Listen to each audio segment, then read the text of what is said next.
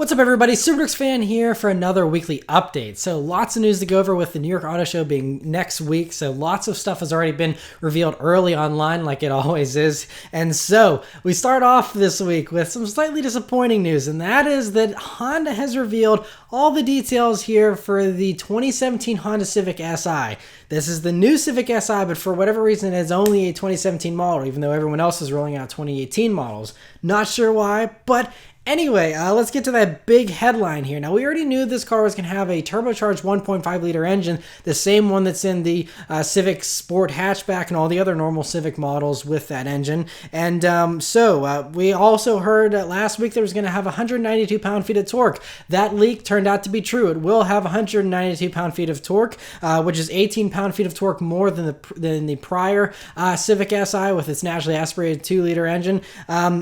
But the horsepower is the same as the outgoing model, 205 horsepower at 5,700 RPM. So it's not as high revving, with the peak power coming on earlier, which is better for daily drivability, with power on the lower RPMs. But that's not what Hondas are really known for. And so, you only get 18 extra pound-feet of torque with this tiny little engine. And with this thing, being a 1.5 liter, it's going to be revving, and that boost is going to be constantly going to have to be coming on in order to get you moving anywhere. So who knows if this thing will even get better fuel economy than the naturally aspirated 2-liter 4-cylinder.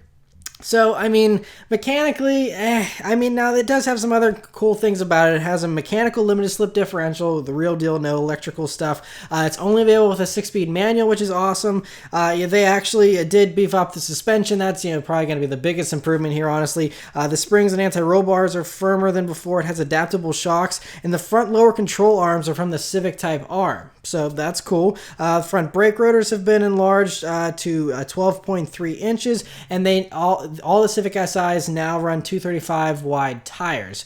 So, there's a sport button. These interior is sportier with seats that are more heavily bolstered than the standard Civics, and it all looks, nice and sporty on the inside, although you can still only get a cloth interior on the SI. There's no option for any kind of nicer trim. It's just one trim and that's it, basically. It does give you some good standard equipment, though. You get standard heated seats, dual zone automatic climate control, rain sensing wipers, a 7-inch touchscreen, 450 watt 10 speaker system, and these things are going to be going on sale next month. Since these are 2017 models, it's going to be a super short 2017 model year, I'm guessing, and so I guess they'll produce 2017s here for 2 or 3 months and then switch over to 2018s probably. But yes, they'll be available next month. They didn't announce pricing just yet, but mid-20,000s, competitive with the rest. It's just kind of sad that, with the GTI and stuff not being a huge hot rod either, but those have a little bit more power. You would think, okay, brand new car, it's a great opportunity to kind of give it a little more power, especially with the turbo motor to win people over. But how are you going to win people over if you don't have any more horsepower than the outgoing model? Like, I don't know. But other things to note about this new Civic Si, it's going to be available in coupe and sedan, not in a hatchback form, and we know that the Type R is only going to be available in a hatchback. That's just because of where they're built and how the logistics play out for that. So yes, and honestly, now as far as the styling goes, I think the coupe looks good, but the sedan in the back, it looks like it's lifted up in the back, and I'm not too sure about the rear end treatment on the sedan version of the Si. But that beauty's in the eye of the beholder. But yeah, just a little bit underwhelming. It's just going to be so extreme because it's either you have the Civic Sport, with its 177 horsepower, which is cool for a $20,000 car. You go up to mid-20,000s, you get, a few more horsepower with the Si, or you can go to the Type R, which is bonkers crazy, probably going to be really aggressive, and probably 300 horsepower, for a good amount more money. But it's like there's no middle ground. Like, I would love to see a 250 horsepower, Civic or something like that to kind of bridge the gap instead of the totally nuts one and the really too mild version. And so anyway, we'll just have to wait and see how the sales pan out here for this new Civic Si, but interesting to see that. A car that's going to have no problems in the horsepower department is the 2018 Dodge Demon. I think we have our final teaser here, or I've heard there's a rumor there will be another teaser tomorrow. So if you're, wanting to stay on top of all this stuff, definitely follow me on Twitter at TourX where I tweet all this stuff and you can keep tabs on it there. But anyway, 2018 Dodge Demon, this week's teaser is showing that it's going to be able to run race gas from the factory with 100 octane fuel being compatible with this engine. And so basically it's going to come with a factory tune that's optimized for this race gas. Now it'll still run premium normal gas, but the way that you actually switch over to the race gas method is kind of bizarre. So they say that the tune that you get for race gas is going to be included in the Demon Crate, which was covered in previous teasers, where you get a bunch of goodies whenever you buy a Demon that help with your ownership of the vehicle, and it's kind of like a toolbox and all that kind of stuff. Anyway, there's a separate engine computer. This sounds like it's out of the 80s or something. There's a separate engine computer that you swap in or out whenever you're getting ready to race. In addition to that computer, there's also a button on the center stack that you activate, and that also gives it the go-ahead. But these are also beefed up with a pair of fuel pumps and larger injectors to also make sure that, it's got enough fuel pressure there. But yeah, it's just kind of strange because they also say that if you accidentally run premium gas with this high octane mode activated, it'll automatically default back to the non-race gas method or tune. So it sounds like the standard ECU can switch between the two tunes, but if you want to run this high octane tune, it'd be nice if you could just hit a button and go for it. But it sounds like you actually have to pull a computer and put another computer in. I mean, it's probably not that hard of a process, and if you're at the drag strip, it's no big deal, but it certainly will limit those who want to just drive around on the streets with this computer thing, because you're going to have to constantly be swapping out that computer. If I'm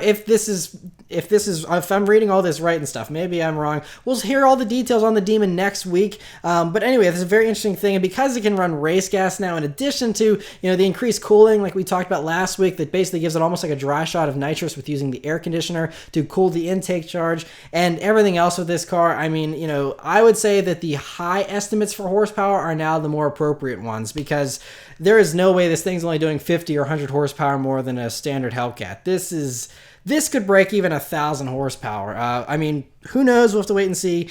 But get prepared for a whopper of a spec sheet for the Demon next week when this is finally revealed. And the crazy people at Hennessey are already getting ready here with a competitor to the Demon, and it's actually very hilariously named the Camaro Exorcist. So John Hennessey and his team took the brand new Camaro ZL1, which is very awesome, 650 horsepower already. I love the one that I reviewed. Plenty fast already, by the way, and he tuned this motor to do 1,000 horsepower here in this Camaro Exorcist, 966 pound-feet of torque as well. So they swapped superchargers here on the ZL1s for a bigger one. They added an upgraded intercooler. It has a more aggressive camshaft, ported heads, long tube headers, and they remapped the ECU. And whenever you run drag tires on this, Hennessey's claiming that you can get 0 to 60 in under 3 seconds here with the Exorcist, and a quarter-mile time of under 10 seconds. They didn't quote any specific numbers. Those are just their estimates or whatever. But this whole package is going to be expensive. This package costs $55,000 on top of the price of your ZL1. So you're looking at $115,000 to $120,000 when it's all said and done. So it'll probably be a good amount more expensive than the Demon. But if you want to have a very competitive vehicle for the drag strip and you can't bring yourself to buy a Dodge, the Camaro Exorcist could be for you. What a hilarious name. It's awesome these guys are at each other's throats in a very fun way. So very awesome to see that. Right, so for some of these debuts here that are going to be revealed next week, the New York Auto Show that we got early online here. The first is Mercedes revealed the Mercedes-AMG GLC63 and 63S. So, we already have the GLC43s that were revealed here for the 2017 model year. Now we have the 63, which is the one that uses the glorious twin-turbo 4-liter V8 engine, same as all the other 63 model Mercedes-AMG models. And so, in the base trim, it gets the 469 horsepower, 479 pound-feet of torque, and then the GLC 63S does the 503 horsepower and 516 pound-feet of torque. Now, the GLC 63 is available for both the standard SUV and the coupe version, which is just the same SUV with less practicality. But sadly, the S model is only available if you get the silly coupe body style. You can't get the S model with the normal practical SUV. So not sure why, because if that's the case and you're going to be forcing people into the coupe, why wouldn't they just go for one of the other models instead that has the 63? Anyway, So you can, they all come with an adjustable exhaust that has flaps that open up whenever you go full throttle. There's also an optional AMG performance exhaust that they often offer for these AMG models, and that allows you to open those exhaust flaps on command. It also runs the same 9-speed AMG Speed Shift MCT transmission that they've used on all the other 63 models. It has all-wheel drive as standard, limited slip rear differentials, fully independent air suspension with adjustable damping, and all the same driving modes and niceties that you're coming to expect here in all the other 63 models from Mercedes-AMG. So very awesome to see that. I mean, it's going to be seriously quick too. I mean, I think they're quoting something in the low 4-second range for 0 to 60 times for these. It's going to be seriously quick, and I think it looks really awesome. This is also the first of the Mercedes-AMG models outside of the AMG GT supercar to get this new Pan America grille that they're calling it here on the front. So they're ditching the stars for those slats, those vertical slats you see, and I think it actually looks really sharp. For an SUV, that's pretty sweet looking, I have to say. Other news, Buick this past week revealed the 2018 Regal Sportback and TourX. So, crazy thing. Now, we already knew it was going to be based on the Opel Insignia, which is now the new Holden Commodore and all that kind of stuff. It's a big global car shared all over the world. And for Buick trim, they just kind of put the new grille on it and a few other little tweaks here and there. Very handsome looking vehicle, but the really shocking thing is it's only going to be available in Sportback and TourX models. There's no normal sedan. Now, the Sportback doesn't look like a hatchback. It looks like a sedan, just, the whole rear thing opens up instead of just a trunk. So we'll be curious to see, how that actually goes over for Buick and if people are kind of hesitant about it or if they embrace it. That TourX model, though, hopefully will help them sell more. It kind of, applies the Subaru Outback theme to a standard Regal wagon that isn't available. You can only get the wagon with this TourX treatment here in the States. So as far as that TourX goes, all the Regals are going to be running a 2-liter turbo 4-cylinder engine that does 250 horsepower. And then, so for the TourX, you get all-wheel drive as standard and an 8-speed automatic transmission, and it comes with a 295 pound-feet of torque. But if you get the Sportback version, you can also get it with all-wheel drive and have those same specs, or you can get the Sportback with front-wheel drive as well. Then you only have 260 pound-feet of torque and a 9-speed automatic transmission instead.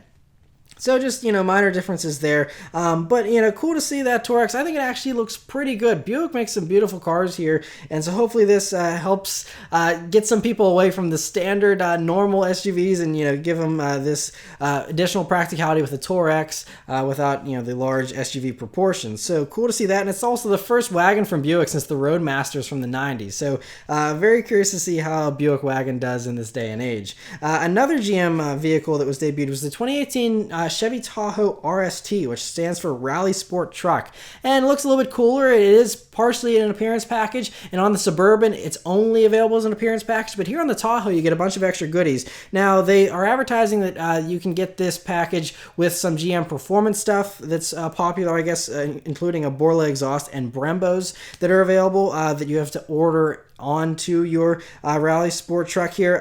But the big news here for these Tahoes is that they're going to be available with the 6.2-liter V8 engine from the Chevy Silverado. And so that means that you can get 420 horsepower here in the Tahoe RSTs, 460 pound-feet of torque, and it'll get the Tahoe up and going 0 to 60 in 5.7 seconds, which is not bad for a big, huge truck like that. The exhaust also adds 10 extra horsepower, so if you add that on to this, then you get 430 horsepower. So that'd be a little extra boost there. Also, whenever you do get that more powerful engine, then you get the new 10-speed automatic transmission, which is currently only in the ZL1 and the Ford Raptor. It's going to obviously have its own unique tuning and a different bell housing and things like that for the Tahoe here, but you do get that better automatic transmission, which is also a really big perk. They also now come with magnetic ride control if you get that better engine.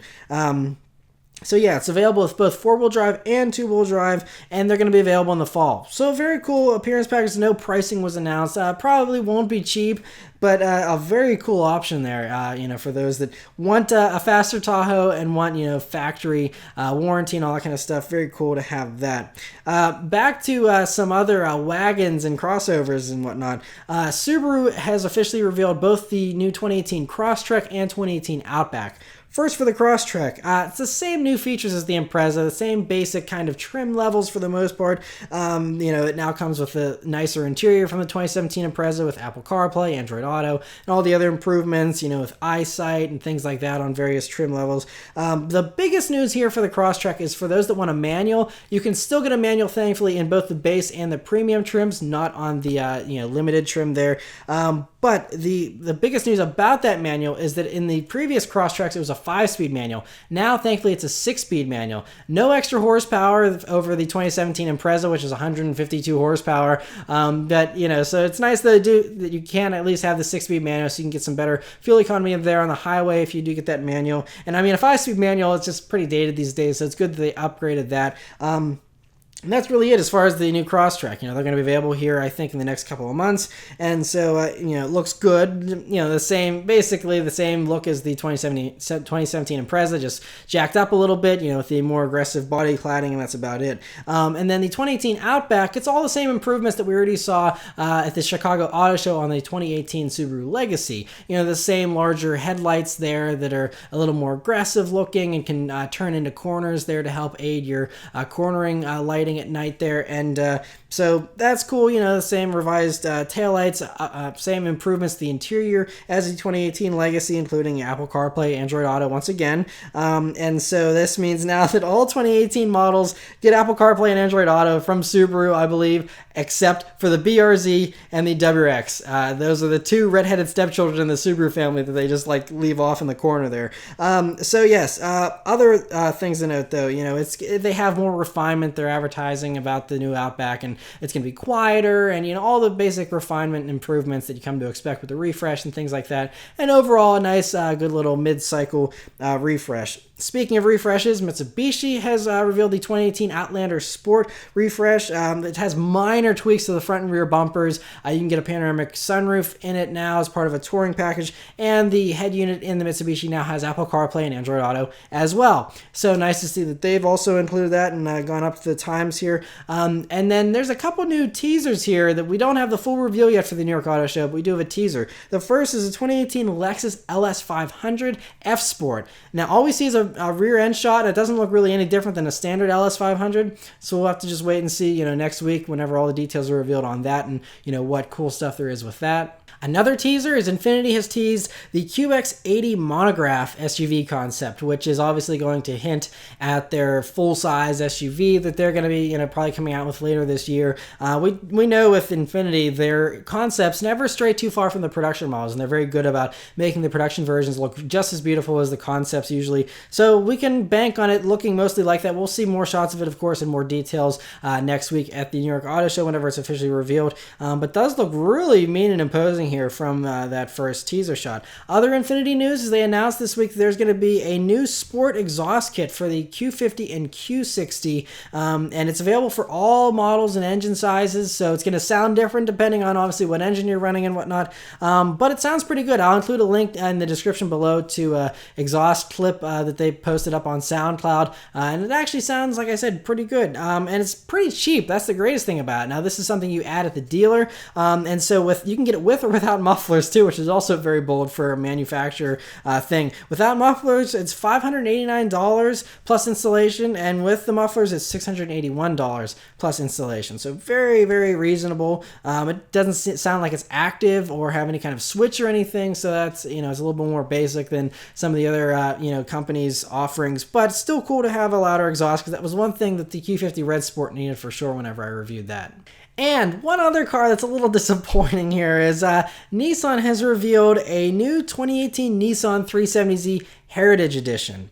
So, it's an appearance package. They're trying to wring every last sale out of the 370Z that they can here, and there is no development of any kind of successor in sight. So this is really just like the last dying breaths for the 370Z. It's really sad. The Nissan Z car turns 50 in 2019, so they're rolling out even the Heritage Edition even 2 years earlier than the 50th anniversary. So it's kind of a little, just desperate. It's just an appearance package that comes in only two colors. You can either get in Chicane champagne yellow or magnetic black, and they also yellow accented interiors, with the black as well. Now they say that although that's just an appearance package, there are actual improvements to the 2018 Model 370Zs. They're minor though. Apparently now, I'm looking at the pictures of this and trying to figure this out, but they say that it has new headlights and taillights, but looking at them, they look the same to me. Maybe they're a little darker, but the actual elements themselves look the same. Other things, they say it has new door handles, revised paint on the rear fascia, and it has an Exetti high-performance clutch on manual transmission cars. I don't know if the clutches were a common failure point in other 370Zs or why they felt that it was, needed an upgraded clutch, because it's running the same engine, the same horsepower. There's no improvements there whatsoever. Same 322 horsepower. But improvements nonetheless, and I don't know how long those are supposed to last, and hopefully they do what, it's been rumored that there is hopefully just maybe going to be some Nissan body version of the Infiniti Q60 that'll be arriving maybe down the road here soon to take the place as some kind of 400Z or something. That would be fine. Just please, this car has been on sale since 2009. Like, they desperately need to do something to this. So interesting to see that. Another disappointing news. I'm really not trying to be a downer this week. It's just, man, these car companies are not giving us much to work with. The Volkswagen Golf GTI. Now, the European version that was the revised Mark 7 generation was rolled out in Europe already a few months ago and had some nice improvements. The base models had 227 horsepower and 245 horsepower for the performance package. Here in the United States, we don't get those same improvements. Now, we get all the same great exterior and interior improvements, which are very impressive. The digital cockpit, the huge 9-inch infotainment screen you can now get as well. From the exterior and interior, 2 thumbs up, awesome improvements. But the engine, I don't know why they just totally just decided to give us the short end of the stick here in the States. We don't get any power bumps whatsoever, except that all models now get 220 horsepower like the performance package models do. So all 220 horsepower, but that's it. Now the performance package doesn't give you a horsepower boost. It only gives you the better, limited slip differential in the front and the different suspension setup, and that's it. So 220 horsepower, while the rest of the world gets much more. The same story goes for the Golf R, which, we're stuck with 292 horsepower here for 2018, even though the rest of Europe, all of Europe and the rest of the world gets 306 horsepower. 14 horsepower, not the end of the world, but it would be nice. You would think new models, you improve it, you give it more power. It's just kind of part of the standard formula for improving a car. But yeah, so we get the Golf R that has lower boost. That's how it gets extra horsepower in Europe, is higher boost levels. Thankfully, the 6-speed manual is still available, and they said they actually made some revisements to it so that it's better than before. Also, another improvement now is the dual clutch transmission that was available in both the GTI and Golf R. It was a 6-speed dual clutch unit. Now is a 7-speed dual clutch. It's a brand new dual clutch unit. So that's nice. Should hopefully give it some better fuel economy on the highway once again with that extra overdrive gear there. And so that's cool to see, and these are going to be available later on this year. But come on, Volkswagen, give us the extra power. Why not? Other Volkswagen Group news is Audi has officially priced the 2018 Audi TT RS for the United States. It's going to be $65,875 for the base price, which puts it right in competition with the Porsche Cayman S. And the interesting thing is this is way faster than a Porsche Cayman S. But anyway, it has the turbo 2.5-liter inline-5 engine that sounds like a baby R8. It's a glorious sound.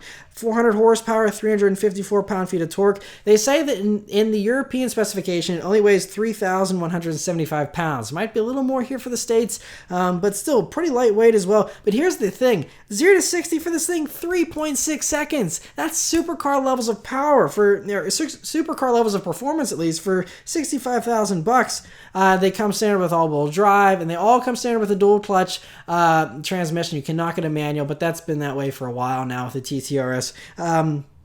But very interesting. A Cayman S, I think, does 0 to 60 in like 4.2 seconds. So this is head and shoulders faster in a straight line. So it just obviously probably won't handle as well as a Cayman S. But for those that want a little more straight line speed and don't worry about the handling as much, this might be a cool way to go. Other Audi news is that the 2018 or 2019 Audi Q8 was spied actually testing on the Nürburgring. Now we know the Q8 is going to be like the coupier, sportier version of the Q7, although it still does look fairly practical and fairly I guess, traditional looking as far as SUVs go. And so yeah, we just see it lapping. They keep doing a lot of testing to this thing, and they've been a lot of concepts and stuff out for it. So I'm assuming this should be arriving relatively soon, later on this year, maybe at the LA Auto Show in November, or Frankfurt even in September.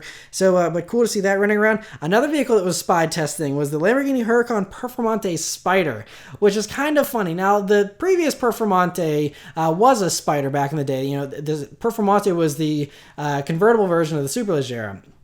But, this one with the Performante, they're saying, oh, it's going to be lighter weight. It's got the active aero. And supposedly this Performante Spyder will have all those same improvements, but then you add a bunch of weight with a convertible top. Now, obviously, Lamborghinis, they're always about that kind of, they have the high performance and stuff, but they also will give you the lifestyle choices of, not worrying about that extra weight and giving you the convertible. And obviously, I'd probably pick the convertible if it were between the two. But yeah, cool to see they're doing a convertible version though, nonetheless, even though some people might scratch their heads at that. It will be, lighter weight, more hardcore version. And so cool to see that. And, I'm sure we'll probably be seeing that here within 6 months to a year as well. Another interesting vehicle that was spied as a convertible was the Corvette ZR1. What we're assuming is a ZR1. The high performance Corvette was spied running around with a convertible soft top. And again, they're saying the ZR1's gonna be like the hardcore track model, all this crazy aerodynamics and huge wings, and it's like a Viper ACR. And then you go and make it a convertible version, which kind of gets rid of all of that edge in a lot of ways. So interesting that, again, Corvette's deciding to go with a convertible version of the ZR1, considering there wasn't a convertible version of the previous ZR1. But, I'm sure that'll still sell very well. And so interesting to see them testing that. One really awesome car, probably the most exciting thing, at least personally for me this week, is Aston Martin spy testing a hotter version of the DB11. And the front bumper is far from finished, obviously. It's just a rough mule still, but man, it looks so much meaner with that front bumper and looks awesome. And it's really the edge that the DB11 needed in the front there, because before the DB11 looked cool, it was very beautiful and elegant and stylish, but it could use more aggression in the front. And I think this certainly gives it that extra dose of aggression and really looks mean, especially in matte black here for this prototype. So yeah, and they're also saying, according to the reports on AutoGuide, they're saying that this thing could be using the same 5.2 liter twin turbo V12, but instead of 600 horsepower, this version would have 700 horsepower. Now there's how you do a power boost and make a performance model. Everyone else take note. Aston Martin's gonna be doing it right. If they add an extra 100 horsepower, that's going to be awesome. So very sweet to see that out running around. And the last two stories this week are from Jaguar, actually. And that is that two of their vehicles were spied testing, and they're at the Nürburgring as well. And the first is the E-Pace, which is a smaller version of the F-Pace SUV. And, so it's just running around. We've heard this is only going to have the 4-cylinder engines and not the V6 supercharged motors. Hopefully they can fit that supercharged V6 in there possibly, but it does look like a very short front end, so that might be a challenge to fit it in there. But this is supposed to be a lesser performing, cheaper model, so it would make sense if they don't include a high performance version. But the way Jag is, I'm sure they'll probably tune up even the 4-cylinder if they have to, because they do like offering their performance models. But the styling on it looks very interesting as well, especially in the back end there. It almost looks like a Range Rover Evoque in a lot of ways. So maybe those two cars will kind of share some underpinnings or something. Be interesting to see that. But so that was spy testing, and then Jaguar was also spy testing the I-Pace, which is the all-electric version. That purely electric, not hybrid, it's straight electric vehicle. And in the concept, I think it did 400 horsepower. It had a range of like 322 miles. We'll have to wait and see what the production version actually does. But it's looking, much like the concept, which is, again, very respectable that they're keeping close to the concept. A little less aggressive, but still very good. It has more of a coupé kind of profile to it, much like, all these other SUVs these days with their coupé counterparts. I think that's what they're going for here with the I-Pace. And overall looks very good. But yeah, so that's it for all the news this week, guys. So thank you guys very much for watching. Let me know your thoughts in the comments below, and I'll see you guys next week. Take care.